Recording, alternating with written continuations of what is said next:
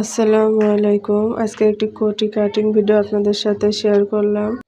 তো কোটিটির সিস্টেমটাই অন্যরকম।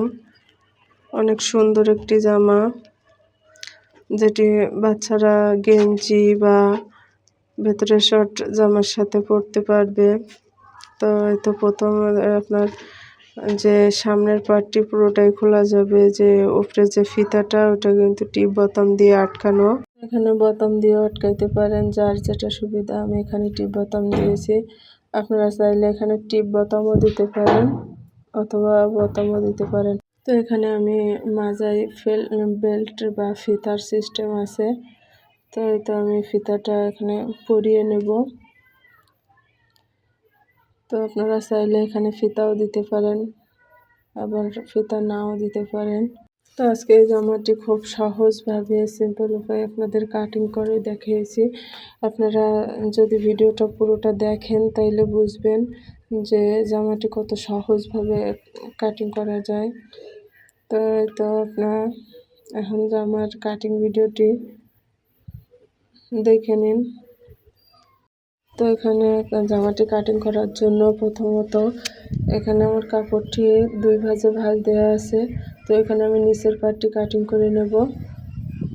এখানে প্রায় 1 গজের একটু কম কাপড় আছে। তো 1 বছর বাচ্চার জন্য এটাই যথেষ্ট। তো এখানে 2 হাত বহরের যে কাপড়, এই কাপড়টি এখানে 1 গজের একটু কম আছে। তো এখানে আমি নিচের পার্টটি কাটিং করে নিয়েছি। এখানে নিচের পার্টটি ছিল 13 ইঞ্চিতে। তো এখানে আমি 13 ইঞ্চিতে কাপড়টি কাটিং করে নিয়ে লম্বায় 13 ইঞ্চিতে কাটিং করে নেব, এবং উপরে যে বাড়তি কাপড়টুকু আছে এটুকু কাটিং করে এটুকু ফিতার কাপড়ের জন্য ব্যবহার করব। তো এই তো আমার নিচের পার্টটি কাটিং করা শেষ। এখন এই অংশটুকু যাবে ফিতার কাপড় হিসেবে। তো এখন এই যে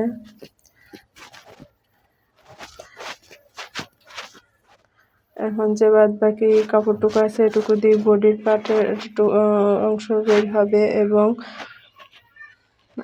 যে উপরের যে ফিতাটি বের হবে।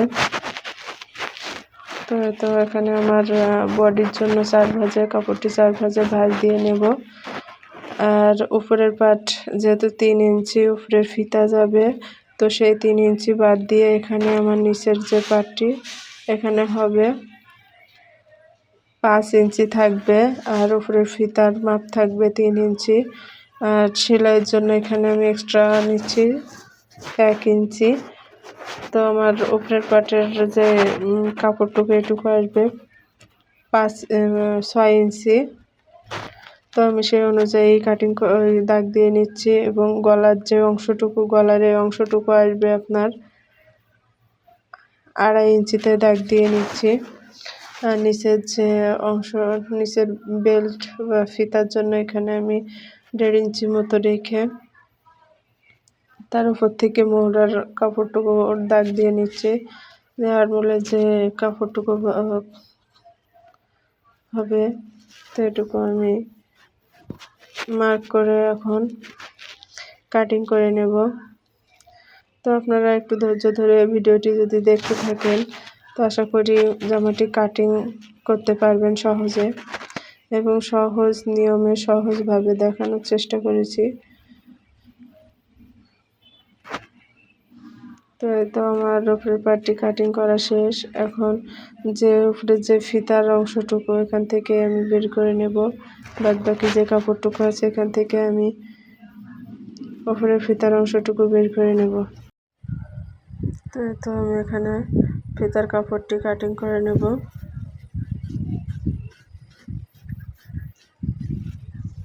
এখানে 4 পাটে 2 ভাঁজ দিয়ে 4 পাট আছে। তো এই তো এখন জামাটির ফাইনাল লুক কেমন আসে সেলাইয়ের আগে সেটি দেখানোর চেষ্টা করলাম। তো এখানে প্রথমত বডির পার্ট এবং উপরের ফিতার যে অংশ এটুকু বসায় নিয়ে এরপরে নিচে কুচি যাবে, এবং বেল্টের যে কাপড় এটি বসিয়ে দেখিয়ে দিলাম যে জামাটি কেমন হবে। তো আশা করি আজকের ভিডিওটি আপনাদের পছন্দ হয়েছে।